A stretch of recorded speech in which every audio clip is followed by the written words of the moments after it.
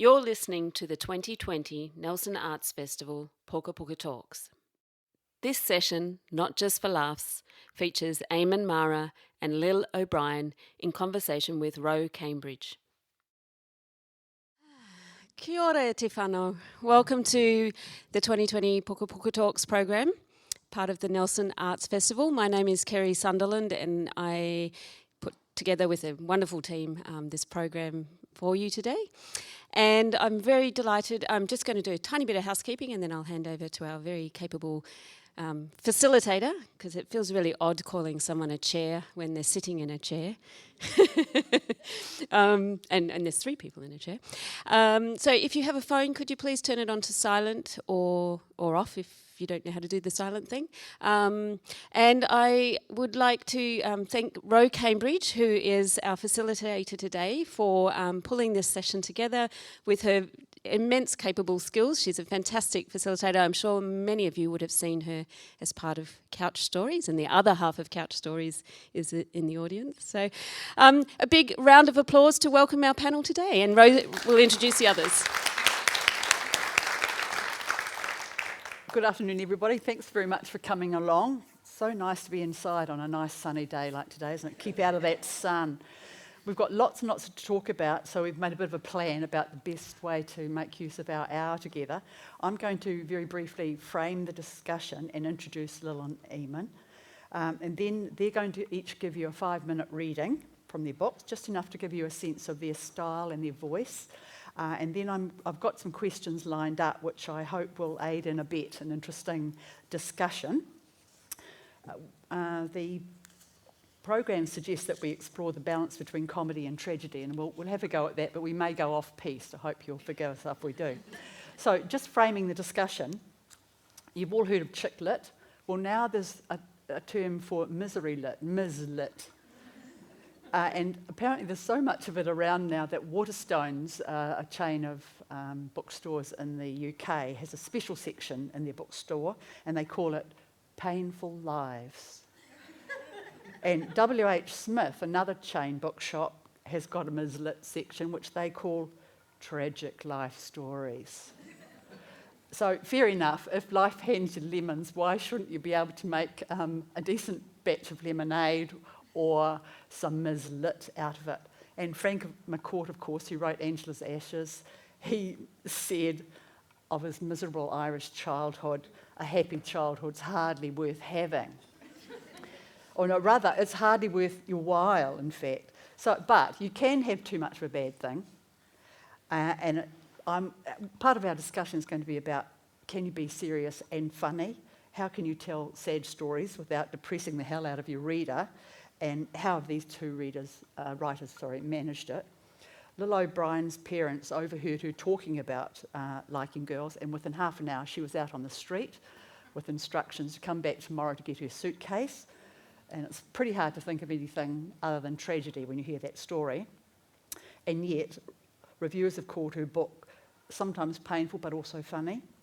And they've described her style of humour as self-deprecating, open and necessary, which I think is a really interesting way to talk about comedy. One reviewer called Eamonn's novel, 2,000 Feet Above Worry Level, called it a wonderful comic shag pile with a dark, seething underlay. And Eamonn himself reckons that everything is sad and funny and nothing is anything else. So that's the territory we're going to cover today. Just let me introduce Lil a little further. These are descriptions they've given me themselves, by the way. So she is described by her friends as the gayest person I know. She loves to read and says she talks far too much about lesbian pop culture, and she rides a motorbike just to make sure she's hitting peak gayness at all times possible. Her memoir is her first book, although she's an award-winning freelance copywriter. Her book tells of her experience coming out as a lesbian in the South Island in the early 1990s, and it made New Zealand's non-fiction bestseller list and Unity Books top 10 and generated a lot of media coverage. The book's appearance was an unpleasant surprise for your parents. They didn't realise that the book Lil had said she was publishing was going to include them. Eamonn was born in Christchurch and now lives in Wellington. He's a writer and a comedian, and he says he's had fluctuating levels of success with both. He used to spend a chunk of every summer in Nelson visiting family, where he spent most of his time hanging out at Pinguino's, the ice cream shop, who would have thought, and Everyman Records. His mum lives in Nelson now, and at the beginning of last year, Eamonn spent 3 months here attempting to finish writing his book, but instead spent, you guessed it, more time at Pinguino's, and instead of visiting Everyman Records, he visited Family Jewels Records. What Eamonn didn't mention is that he's got a Masters in Creative Writing from Victoria University, and he's won a number of national awards for his stand-up comedy. So, Eamonn, would you like to begin with reading, please? Yep, I can do that. So I'm going to read a bit from a story in the book called Syndrome. I'll just give a warning that this bit mentions the idea of suicide, but it doesn't go into any detail or anything. There's also some swear words in it. For lunch, there is a ham sandwich with cheese and lettuce. It's also in a hospital. For lunch, there is a ham sandwich with cheese and lettuce. To drink, a plastic cup of orange juice, and for lunch dessert, custard. I'm a vegetarian. I don't remember if I've told anyone this. Excuse me, I say to a nurse walking past. Sorry, I got a ham sandwich, but I'm vegetarian. Oh, that's no problem, the nurse says. She takes my ham sandwich and throws it in a bin. The shadow next to me hears this and complains that he didn't get a ham sandwich. His only had cheese and lettuce in it. The nurse apologizes and takes his sandwich and also throws it in the bin. I'll be right back with new sandwiches for both of you, the nurse says. I eat the custard and drink the orange juice and wait for my new sandwich. While I'm waiting, my ex-girlfriend storms into the ward holding flowers and a box of juice with a shopping bag hanging from her elbow. I quickly pick up my book before she sees me. She arrives at my bed and says, "What the fuck?" She's had a haircut and it looks good. I slowly put down my book and look up at her. "What?" I say in a voice croakier than it needs to be. "You can't just send someone a photo of you in hospital and then not answer your phone," she says. "My phone ran out of battery," I say. She puts the flowers in my jug of water, then rips off the purple transparent paper so I can see the flowers properly from my bed. "Still, you can't do that." "Sorry. You're not here because, you know, are you?" "I don't know," I say, even though I do. "It wasn't because of me and how I, you know." "No, I didn't try and kill myself because you broke up with me." "Good. That would be a really shitty thing to do." "Yeah, I know. That's why I didn't do it."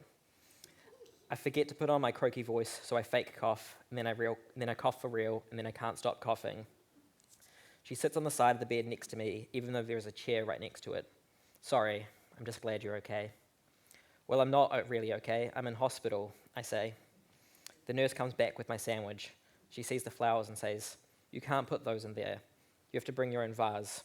She takes the flowers out of the water jug, then places them flat on the table facing away from me, then takes the water jug away. I give my ex-girlfriend my water bottle to put the flowers in, but it's too top-heavy and falls over. She grabs the flowers and water spills onto the floor. "I'll go and get you a vase," my ex-girlfriend says. "No, don't bother. It's okay," I say. "Well, what should I do? Nothing? Should I just let the flowers die?" "They'll be fine for now." "So what's wrong with you? Why are you here?" "Something to do with my antidepressants. They're poisoning me or something, some sort of overdose." "So you did then?" "No." "Well, if it was because of me, I'm sorry." "Don't be sorry, just don't do it again," I say. She looks at me and I regret saying it. "What's that supposed to mean?" "Nothing, it was just a joke." "Oh, fuck off." "Sorry." "This is so you," she says. "You're always talking about how sad you are, but then you never act on it. You're always making dumb jokes instead of feeling anything." "Yeah, I know." "You're not allowed to respond with okay after someone breaks up with you. You have to actually feel something." "Yeah, I know." "You're always talking about how sad you are, and you make me cry. Do your own feeling." She pulls a bag of apples and a bag of lollies out of the plastic bag. "I got you these. I know the food is terrible here." "The food is fine."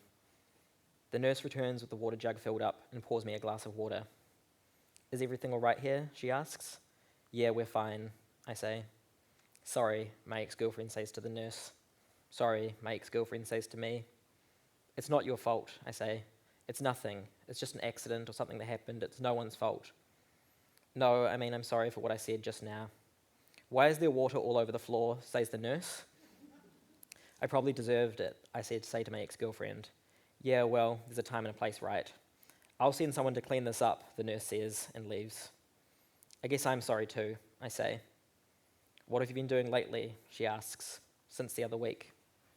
"Writing. I decided I want to take it seriously, so I'm writing every day." "That's good to hear," she says. "It's nice to know you're doing okay." "But then my computer broke, which kind of ruined everything," I say. "Are you getting it fixed?" "Yeah, I was meant to pick it up today," I said. "What have you been doing?" "Crying," she says. "Sorry," I say.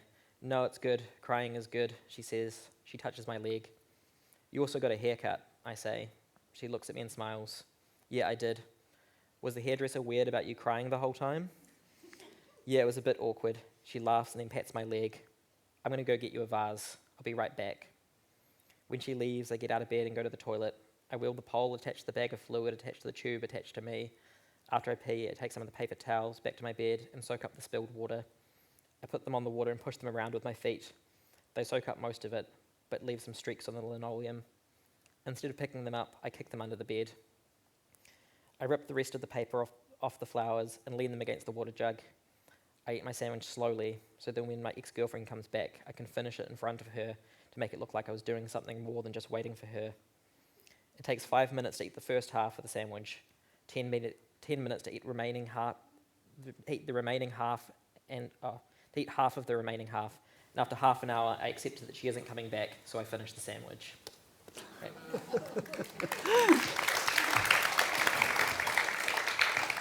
Thank you. Lil, would you like to read next? Sure. After hearing Eamonn's, I've changed my mind which part to read, so bear with me. So just to give you some context of this piece, the book does open with my parents finding out about my sexuality, but most of the book is set at Otago University, and kind of the process I went through to figure out my sexuality. And this part is I'm in second year of uni by now, and I have kind of accepted that these feelings aren't going to go away, and because I'm quite a practical person, I'm like, okay, well, I best try and figure this out, what they mean, and I take a very practical approach to figuring that out. During my research, I'd found out about the university queer group. Queer, God, it seemed like such a radical word. I couldn't say it out loud. I carried the email address for the group around with me for 2 weeks, but began losing confidence. I started worrying that once I talked to someone about this whole thing, I wouldn't be able to take it back. I'd be stuck with this other version of myself that I still wasn't sure was really real. Was I ready for that kind of huge commitment? But then I would think back to that horrible encounter with the guy I went home with when I was trying to be just like everyone else. I never wanted to feel like that again. Sure, I still wanted to have sex for the first time and get it over with, because still being a virgin by this point, over halfway through second year, seemed ridiculous. But then I didn't think having sex with a guy was going to be the answer. I made a few last desperate attempts to triple check that I wasn't into boys after all. Like the night I was plodding my way home from a bar and met a boy on the road just 2 blocks from home. Without saying much more than a hello, I ended up pashing him up against a fence. Thankfully, Emma, who was my flatmate that year, was only a couple of minutes behind me. When she came across our shadowy figures going at it, she told me to come along now and leave the boy alone. I followed her home like a lost puppy.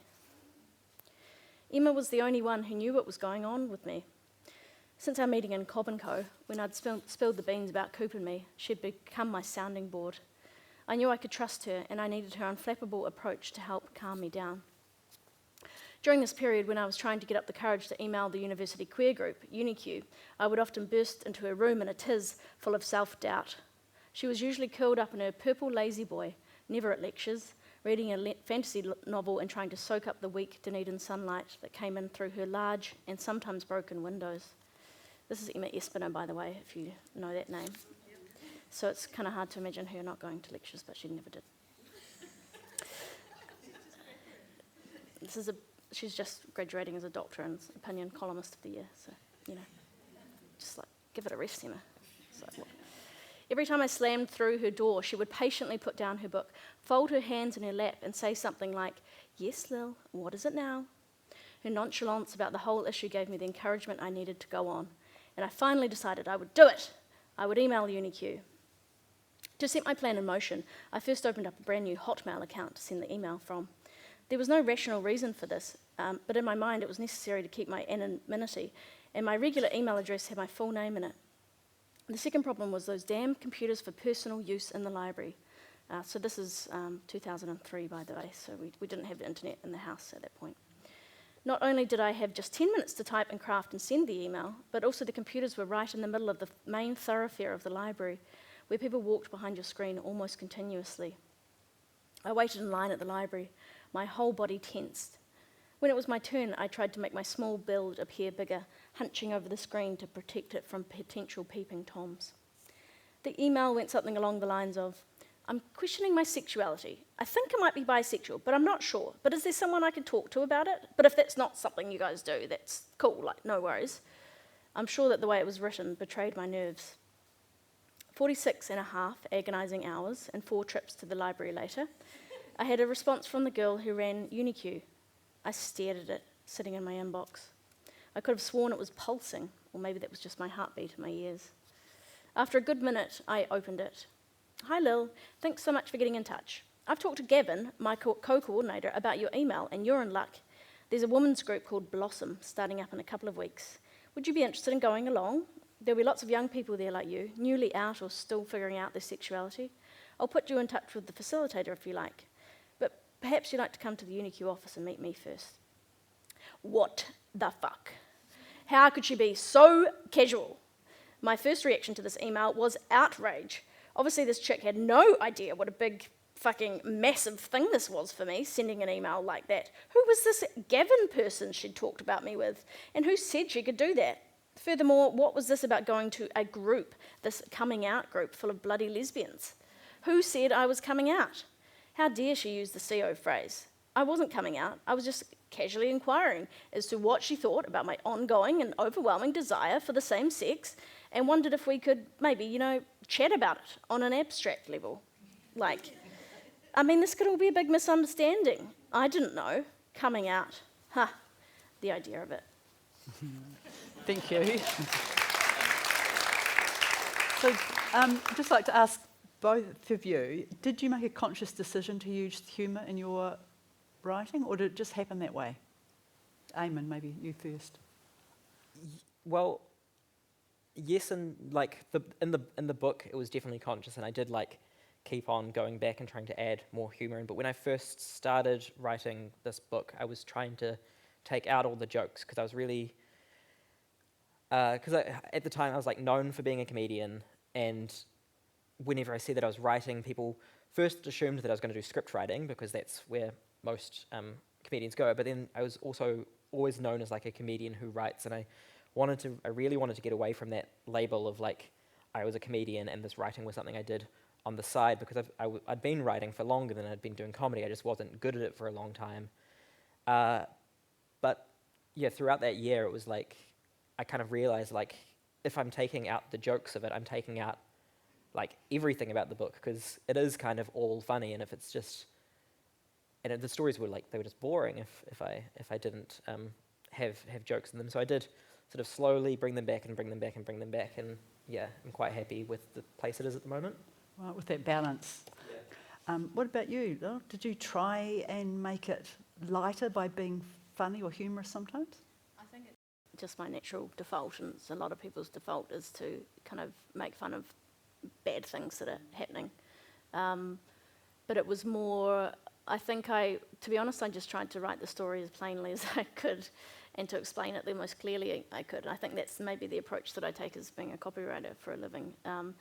But when I did start, because I started writing it when I was about 25 or 26, maybe 26, and the book ends around that time, so I've kind of had some distance from the events of the book. But when I first started writing, there was an overlap of some of this kind of stuff, difficulties with my parents still happening, and so it began as actually quite a bitter. It began as a laundry list of the fucked up things that they'd done, and so it started from a place of being really angry, and then I was like, how do I craft this into a narrative that's not just then they did this, and then they did this, and then because obviously, and then you go, oh, why am I comparing myself? You know, like I'm a privileged white chick. Like, why am I being all like tragedy? So then I was like, well, I actually just need to figure out finding the tone of voice that works the best for the story, because I then veered the other way and approached it quite flippantly. So I was like, oh, Mum, Dad, I put the suitcase on the side of the road. What a joke, you know. So it was actually really difficult for me to find the tone that was mine, that was my own. And I think what's in the book is actually just my natural tone of voice, just to be a little bit cheeky. Yes.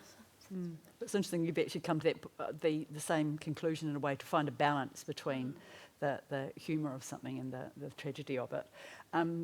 Nora Efron, you may know her. She's she's dead now, but she was used a lot of personal material in her columns and her script writing, and she said that if she gets to tell a story, she can make you laugh, and if she tells a story, it doesn't hurt her so much, and if she gets to tell a story, she can then get on with her life. And I wondered whether, particularly for you, Lil, there was some truth in that for you, that writing a memoir is a way to take the sting out of life experience and maybe take the sting out of it for you, but also for your readers. I think it definitely has. I mean, the process of writing a memoir, you have to really sit down and interrogate your memories and put pieces together of things that you've probably not really thought about for a while. And just, I think that process in itself, while it can be quite painful, it is cathartic, and you kind of, when you put it down, you kind of are putting it away a little bit. So I feel more distanced. I feel quite a distance from the events of the book now. It feels like another version of me. And I think one of my motivations from the book was always that I feel like this story is important and will help other people, because I could never find a book like this that was like a personable, relatable story about someone's coming out. It was a really deep dive into how the hell do you figure this out? And because I knew that wasn't really out there, I knew that there was a need for it. So that was always in my mind when I was writing, that it was going to be for the people that could benefit from it, and for me, that I think that kind of I knew that there was going to be rough patches coming from publishing it, but it was always going to be worth it in the end, so I just kind of had to keep that in mind. So you're talking in a way about audience, who's going to be your readers and writing for them. Do you have a sense of who your readers are or are going to be when you were working on yours? Well, I knew who liked my stuff already through doing comedy, and a lot of it was written, I think, generally for people like me. It's like the book is very much like somebody's life.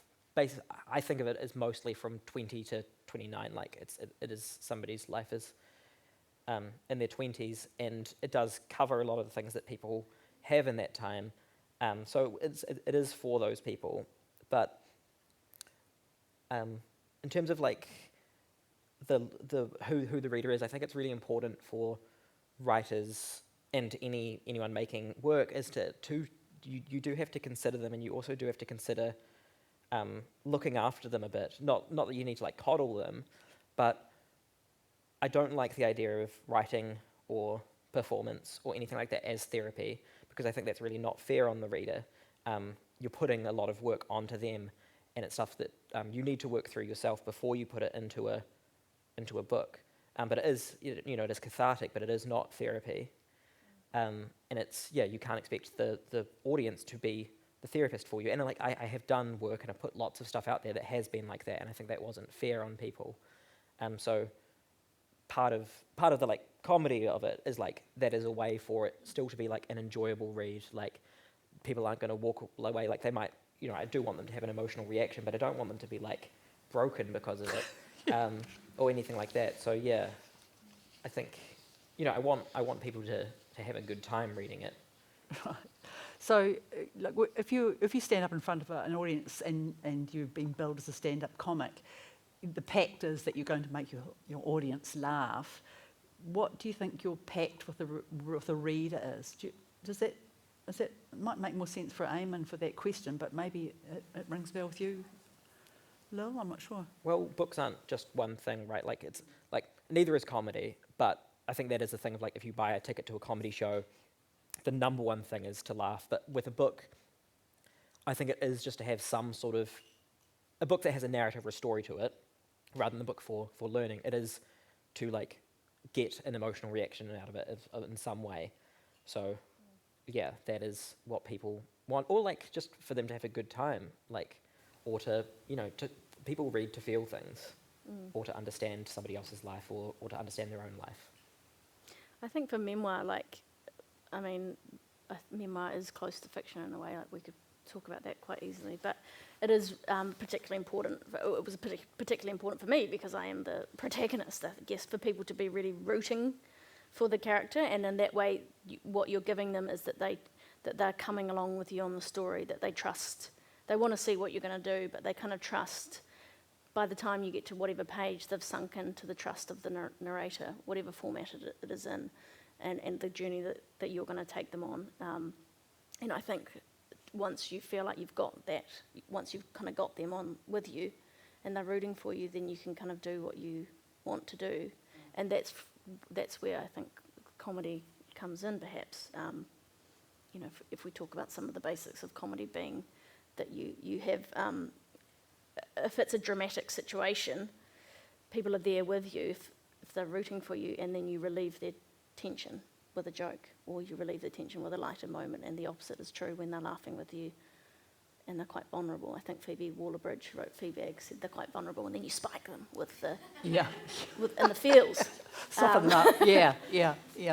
I'm going to ask some questions about the choices between writing a novel, writing a memoir.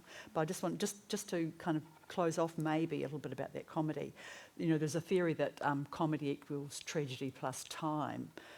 If something terrible happens to you today, it hurts and it's awful, but tomorrow it could be just a really good story. Lil, your book covers the early 1990s?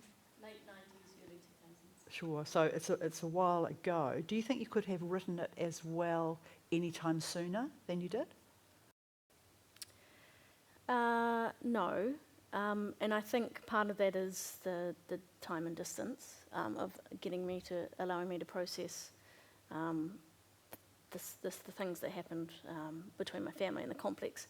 It's quite a complicated relationship that I have with them because, obviously I still love them and they love me, but they don't accept me for who I am. And that can be, and also they told me to get out of the house, but they still financially supported me. So it's not a black and white story that you're trying to tell. And really, it's really complex, even just trying to make sense of my own feelings and looking back on the timeline and certain things that I did when I went back to stay with them. Like, why did I do that? But like Eamonn said, like you kind of have to figure that out yourself to process it before you can write it out. So it definitely was time. But I think it was also, I needed the time in my own life because I was working in advertising agencies up till the age of 24 and not enjoying it. It was very full on. I always liked the writing side of things more than the creative side, and it wasn't until I began writing a column for NZ Girl on the side about being gay that I was like, oh my God, this feels so good. And then it took me a while to keep writing those bits. They were always on the side. They were my side projects. And so I think a part of it was processing the things that happened, but part was also like developing the skill to be able to put my story together into a narrative, to be honest. Okay. So if you're doing stand-up comedy, I mean, you can use are you always thinking, that'll be good, I can use this? Yeah, I think I haven't been doing as much stand-up for the last 2 years as I was before that, so my mind has sort of moved away from that a bit.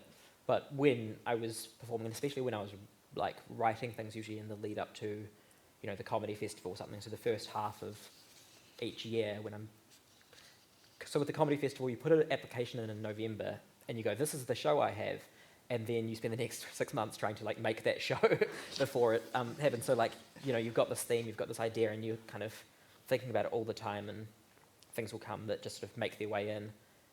So I did do that, but it's kind of interesting if we're talking about fiction, non-fiction, because my approach to comedy and my the way I come out is I'll come out on stage and say here are some things that happened to me, and then I lie. And the people walk away, I think, mostly believing what I say. And then with fiction, I say, here are some things that happen to this character, and I also lie, and people say, that's what happened to Eamonn. And like, they're both probably, like, fiction, my comedy is closer to my life than my book is, but I think, yeah, it's been interesting to see people's response to it, like, yeah, in that way. You do play very fast and loose with this matter of truth and fiction, don't you? Because, I mean, the blurb that you wrote, I presume, for your stand-up, the festival stand-up comedy show, it says, this is going to be about the mostly true story behind the mostly fictional novel. So you are a terrible tease. So, is this a kind of metafiction, or you've got a what? I just what? think it's fun. I think Yeah, it's fun okay, to make people guess, and then, you know, there's a bit in the last story of the book where I, you know, the character says that he's been writing these things, and then is, you know, somebody tells him off for it, being like, that just happened to us, and he's like, no, it's fiction, it's definitely fiction, and she's like, no, that happened to us. And I think, like, I put that in there so people would read this and be like, oh, it was all real. But then I put other things in there which, like, were just not real at all. And it's fun playing with that idea. And, like, you know, I do get frustrated with it, but I also like that it happens, and it is nice, like, kind of keeping people on their toes. And, like, no one is really, you know, no one has, even people that are quite close to me haven't got, you know, what is real and what is not. Yeah, and even the things that are based in reality, like the character's response to them, or the way that these events have affected this person, are like hugely different to the way that they impacted me, like, because I had to use it to craft a story, so this event has to, you know, have impacts that go throughout the rest of the book, and that's not how life works all the time. Sometimes something, you know, really huge will happen to you, but then it doesn't actually end up being, it feels huge at the time, but it's not an important thing in your life from then on. So, like, everything that's crafted becomes more and more fictional as you decide what to say and how to say it. Because life is just one damn thing after another. You do have to give it structure, and you'll know that more particularly because you've come out and said this is a memoir. Novelists can make stuff up. You give yourself lots more wiggle room than you would have been able to. So, were you ever tempted though to write a novel, your story as a novel rather than memoir? No, I mean, to be honest, a lot of that is to do with not feeling that I had the ability to do it particularly well, because I'd never really never saw myself as a creative person or a creative writer. But with this particular thing, it was more of I had experiences of going into high schools and telling a very short story, a short version of the story in 5-minute kind of snippets, and that was really addictive, to be honest. So even though I, you know, talk about writing the book for other people, and it very much is, it was primarily a book for myself, because I felt that I just had this need to continue telling the story, so I got fed up with being able to tell it in snippets, and it was just kind of a burning drive to sit down and write it down. It was never meant to be about writing a book. It was just, I need to capture this story so I don't forget it at all. And you know, while we're talking about truth and stuff, like memoir, there's always going to be elements of it. By recounting anything, we're fictionalizing it in a way, or we're changing it. We're changing it by simply remembering it. But I was very, very concerned with the timeline. Because a lot of it is hazy to me in terms of what happened in the kind of years with the fallout with my family. So what actually scared me the most about telling my sister and telling my parents that the book was coming out. I mean, I didn't really want to engage with my parents on it because I knew it was going to be really bad, but with my sister, I was really worried that she would say, this didn't happen. Like, you've actually imagined all this, you've exaggerated it, didn't really happen like that. That was my greatest fear, because I still carry actually quite a lot of guilt about what my coming out did to the family, even though I know it wasn't my fault and it's their reaction. But so when she said, you've actually got it pretty spot on, like there's nothing inaccurate, there's a couple of things that I remember differently, but you know, that's not the problem. But also you definitely can't publish this.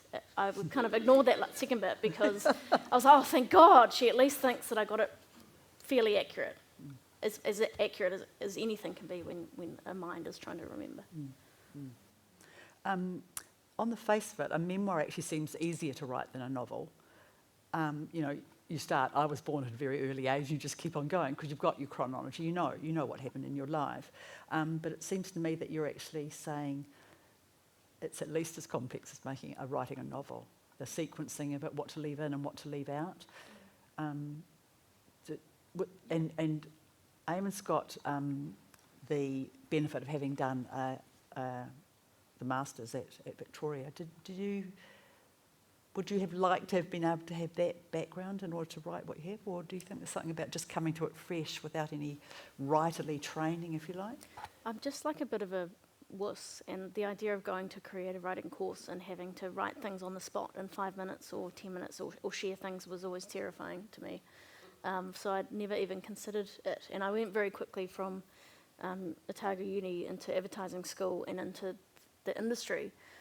So I was writing every day as a copywriter. And I didn't think, as I said, I didn't think of myself as a creative writer, and I still struggle to think of myself as that. I'm just simply, so I don't wish that I'd had that background. I think copywriting really served me well, writing a book, because with copywriting, and by copywriting I mean like advertising writing for websites, for businesses, you have to grab people's attention quickly. You've got to keep that attention, you've got to pull them through a piece of writing. And that's all stuff that applies when you're writing any kind of book. And a lot of what I do now is taking massive amounts of words and copy and creating a brand story for someone. So it's actually a similar process, like the structure of creating a piece of writing. For me, the structuring up front is just as big as the writing itself. So, in Not That I'd Kiss a Girl, it opens with the evening when my parents overhear me and tell me to get out of the house, and that's the hook, right? And that's the hook that people will see on the back of the book. But and then it goes back in time and starts in my childhood and kind of works back towards the moment with the tension building that you know that's coming. I'm having all these successes with figuring out who I am, and then you're coming back to that moment.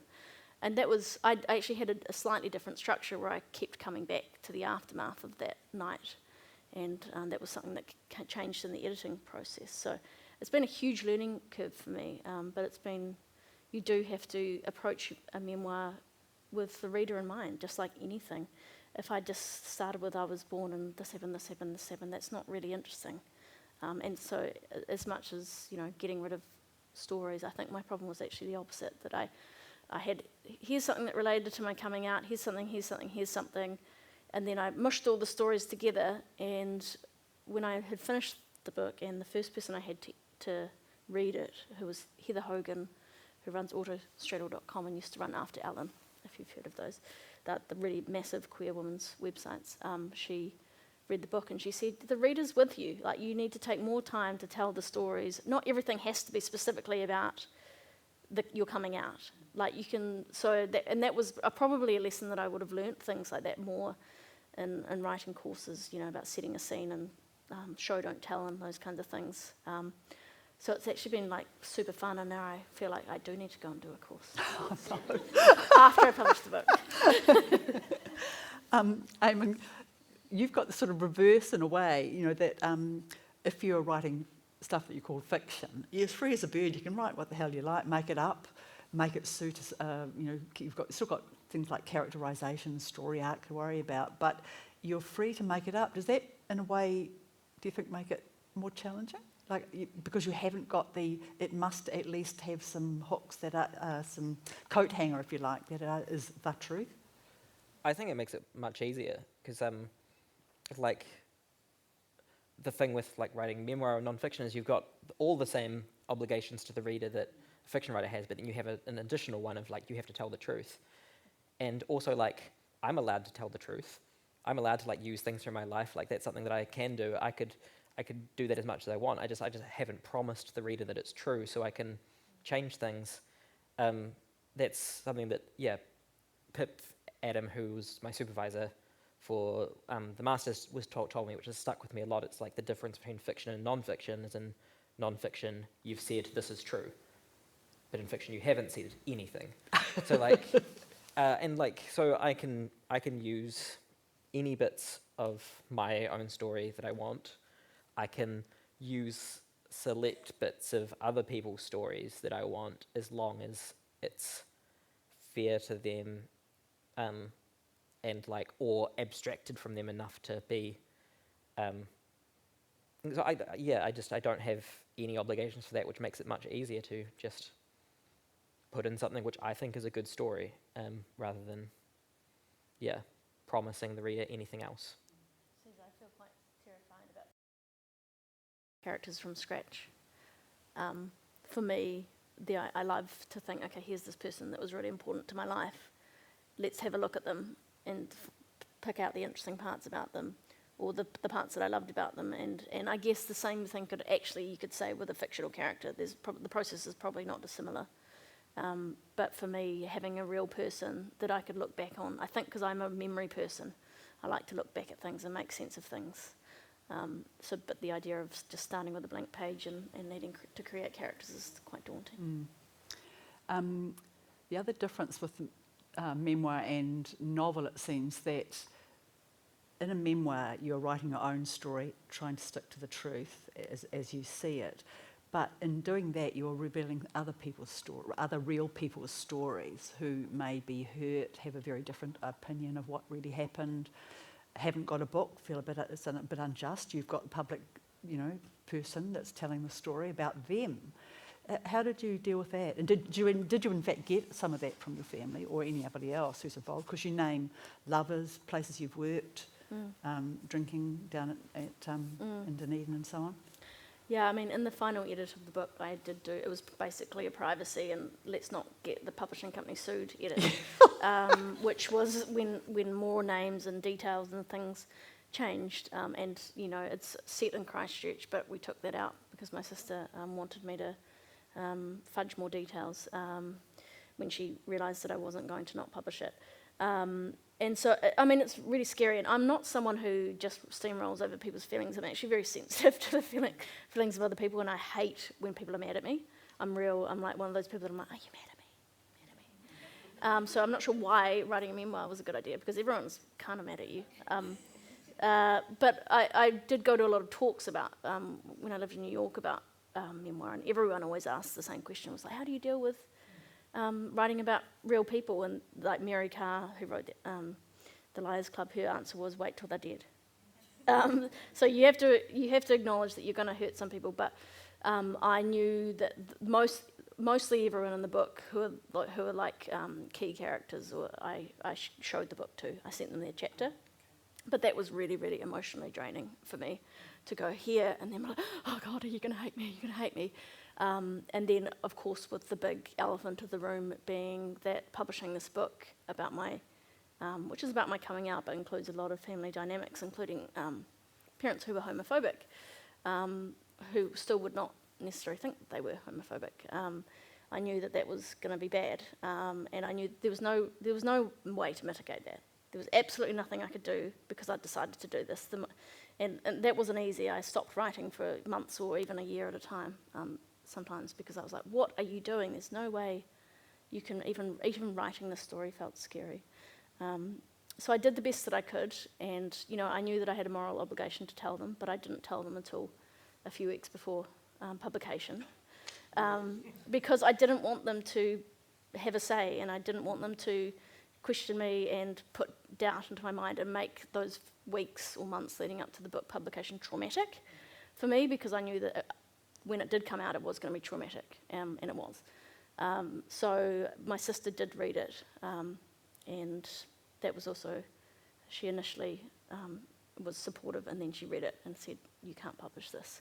So that was also very difficult for me. So there's no way around it. People are going to get hurt, and you're going to hurt yourself, and you just have to weigh up the pros and the cons, I think. And for me, it was always, I knew that I was going to have to go through that, but I knew it was always going to be worth it. Eamonn, it seems to me that your novel could easily be described as a collection of short stories. They've got it, with a narrator, linked by a narrator. Did you think about publishing it as short stories, or was it always, you always thought about it as being a novel? Well, I think I actually do kind of think about it as short stories. Like, I think of each bit of it as a story. So I worked at a place called Booksellers, for a couple of years, in one of my jobs there was publishing the bestseller list that we would get sent every week to like what were the books that sold the best and books that didn't. And like, you know, no one buys short story collections, and I wanted people to read it. And it's enough of a novel that people who read it thinking I'm going to read a novel are not going to feel especially tricked by it. But, you know, I want to trick them into reading the book. So, yeah, like, that's why it's like it's an episodic novel. We threw around a few different terms. And there's also, I did that, like, the goal of it being a link, like a book that had an arc that goes from the beginning to the end and was all linked together. And I think it's not just that it's the same narrator, like there are things that, you know, build from each story to the next, and that, you know, connections between them. And that was, you know, really important to me to have that. So I think if I just did call it a collection of short stories, that would be, it would be a little bit like saying that work that I did to make that happen was, you know, not important or something like that. But I also, short stories are like my favorite thing to write and my favorite thing to read, and I feel like I am betraying that a little bit, but also maybe I'm helping people being a stepping stone into this. I've asked quite a few people, that's like, when somebody tells me they've read the book, it's like, it's very difficult to like ask any questions about it, because it's hard, but the thing that I ask is like, do you think it's a novel or short stories? And it's been probably about 50-50, but everyone seems to think of it as both in some way. Sometimes it's not until the very last story that they start to see it as a novel. Yeah, I certainly didn't feel that was a swizz. He's tricked me into reading short stories, which I do love, but the thing I don't like about them is if you love the short story and then it finishes, you have to start another one. Yeah, but that's the same with a book, right? Yeah, I know, but it takes longer. Both of you, maybe for different reasons, obviously have a very strong drive to write. I write, but I have to drag myself to do it. And yet, if I'm not doing it, it pesters me all the time about why aren't you? So what do you think has made you? Is it something brilliant about your personalities? Yeah. That me. Gave you too easy an out. What is it that made you? It seems to me you've got a cause in a way, Lil, that's driven you to a great degree. But I'll ask Eamonn. I don't know. I don't think so. No, go on. I don't think it was a cause. It was my own cause, actually. It wasn't okay, a cause. yeah. So I guess it was a cause. You're right. It was like I felt like I want this bloody story to be written and remembered.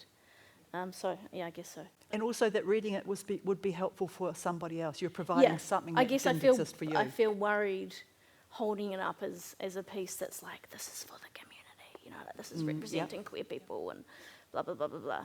So I think that's why I had a reaction to the word cause. Sure. But yes, it is something that I think about as being important and hopefully making a difference for people, particularly young people. So it answered a need in you to tell that story. Yes, Plus, and a need in the market, realistically, Yeah. because it was the book that I wished that I'd had as a teenager. It's interesting you have to talk about market as well, because so what you're talking about too, market. Who's going to buy it? They're not going to. If I call it short stories, they won't. Like responding to the market.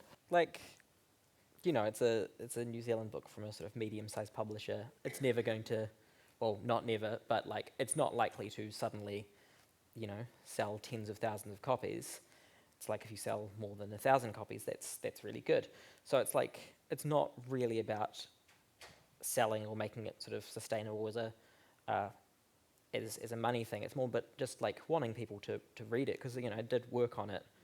And you're just asking about like writing. It's like writing sucks. Like no writer likes writing, but we like having written something. So like you have to sit down and do it. And you know, I like the sort of moments of inspiration where you can just type out sort of 500 words about a topic and it's great. But then going back to that and making it good sucks. It's just like such a drag. And you know, and that's someone I've chosen to do this. It's not something that I like have been forced to do or anything. But yeah, I wanted this book to be, and it's like I guess it's sort of an ego thing, which like I think I can make something that's good. So I did. Was it some, where does the I have a need for self-expression, is that part of the driver? Yeah, I think that's been a drive for like a really long time for me, and I was trying to find a way to do it. Like through high school, I wanted to play music, and I also wanted to do photography, and I wanted to do film, and then I started writing, and was also like still doing some other things, and like so, it has always been something that I've wanted to do to sort of express myself in some way, and I think it wasn't until I found sort of writing and comedy that I found something that actually seemed to work, because I care about both of those things as the form themselves, and I do care about music, but when I was playing music, it was always because I wanted to be a musician rather than enjoying the actual playing of the music as much. So, yeah. So now you're both, you're sitting here on the stage at a reading and writers festival. So you are now writers, officially. You've got books, you've got things, you've got these things. How does that make you feel now about writing? Does it? I found it quite strange because when the book has been really important to a number of people, and that's what I wanted, and it's just, I get these beautiful, heartfelt messages from young women a lot of the time, or even like women my own age, from all kinds of people, honestly, saying, thank you so much for writing this, and you articulated feelings about, my coming out, or like I'd never seen myself written about like this, all these just amazing things, like too much for the ego. And it's just like, you couldn't really have got a better response to writing a book than having people writing you personal messages, like writing reviews on Instagram. Like, I really don't think that, unless you're motivated by money, which no one is if you write a book, there couldn't be anything better than that. And I've been feeling sometimes like, why do I feel a little bit detached from this? And I think it's because I realised that I actually do miss doing the writing. I feel a little bit detached from the book now, and now I'm talking about it. But I've kind of realised, actually, what was the best was the writing of it, and reading it back and going, that's not bad. So I think, and I was quite surprised to realise this, because this was like my biggest goal that I'd ever had in life, was to publish a book, and now I've achieved it. And I realised, it was actually the writing part of it. It's not necessarily the book, although that feels pretty damn good. But so I think with anything, you have to, if you're going to keep to it, you really have to enjoy it along the way, even though it's really shit sometimes and difficult. So now you're a recognised writer. How do you feel? Yeah, it's nice. It took me ages to feel comfortable with that word, and I think sometimes I wouldn't call myself a writer earlier on, because that if you're not a writer and then you don't get a book published, that's fine, that's normal. But then if you are a writer and you don't get a book published, or you don't get a thing in a journal, or you don't get recognised in some other way, or people don't read your work, then that's a failure. So it wasn't until I started feeling confident that what I was doing would be received and published and stuff that I started using the word writer. But that's been probably about 5 years now since I've started feeling comfortable with that word. Yeah. The thing that really struck me, because I'm a baby boomer and you're millennials, what really struck me about the books was how clear you made it that the life of a millennial is quite precarious in those that in the 20s. Student debt, having to pay for your education, rent so high you're flatting with people that maybe in other circumstances you might not choose to flat with. A whole lot of shit jobs. You can be sacked one day, be out of a day the next. Have a job one day, be out of it the next. You're working 4 jobs sometimes, Eamonn. That was really the. Was there any part of you that your writing was to explain that? That became the core message of the book, I think, and I wanted people to read it, not reading it as this is Eamonn's life. I wanted them to think this is, this is how our life can be, and that. I really liked. There's a bit in Lil's book when you have, it's in a summer holiday, and you just it's between when you finished university and graduated, and then were going to Auckland, and you just didn't know where you didn't have a place to live, and that was a really like interesting part of it. And part of that was like, not really having that safety net of a family. And I thought that was such a I felt so anxious when reading that, but just being like, and it's quite easy for someone to be sort of homeless when, like, yeah, because it is homelessness, it's not living on the street necessarily, but like, when you have somewhere to be in 3 months' time and something that ends there, and it's like there's not really enough time to get a job, or if you do, it's probably not going to be a very good job, and definitely not a fulfilling job. And if you sign up for a flat, you have to sign a year-long lease sometimes, and then you have this obligation that if you're not going to stay for a year, to find someone else, and then you have to deal with landlords and all those sorts of things, and it just does make it quite hard in those sort of in-between times. I feel quite guilty because I am someone who actually has a lot of privilege, and even though my book has like a sad story in terms of not being accepted by my parents, like I did, that part of the book, it was scary, but this is my parents had said, we never want to see you again, and it kind of withdrawn any kind of emotional connection with me, but they continued to pay for my living expenses and my rent, and in that month, at that part of the book, I am kind of losing my shit a little bit, and I end up calling them and begging to be allowed to come home for a couple of months, and I was allowed to come home, and so I guess I feel guilty and aligning with someone who had to struggle, because I always in some way had a safety net, but at the same time, it's also being able to acknowledge, like when I did come home that time, they packed up and left for the holiday house so that they didn't have to see me.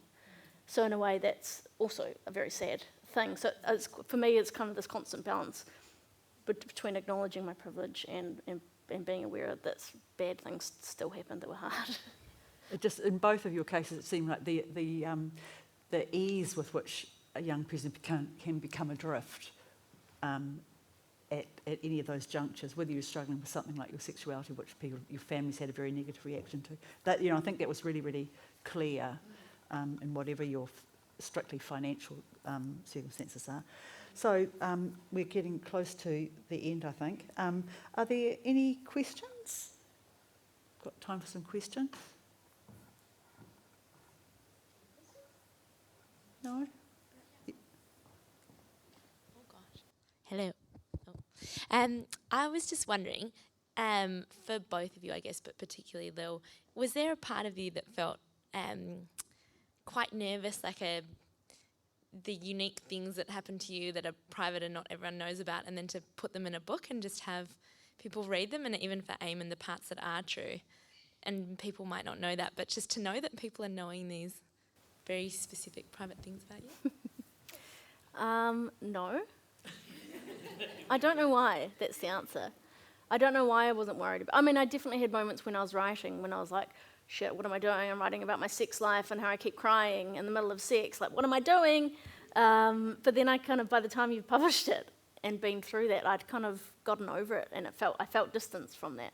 So it was never, I think also because I had the looming presence of my parents and knowing that they would not be okay with me publishing a book about my coming out. That was actually what I was scared about, and I don't know why. That just kind of took away all my fear went to that, not necessarily so much about revealing things about myself. And I will say that having done it now, that's actually what people do appreciate the most is being vulnerable and open and being hard on yourself, and trying to be honest with the times that you fucked up or were a bit of a dick.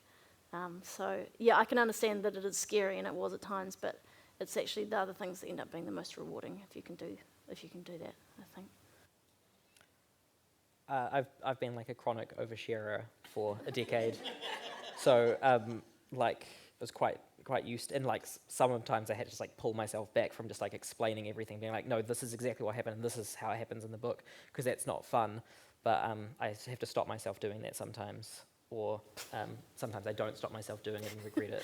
Just before the talk, like Rose's talk at 11, Eamonn came up and was like, oh, I bit my lip, and showed this gnarly looking thing because he'd bitten his lip. And I was like, you only met me yesterday. It was just but I'm into it.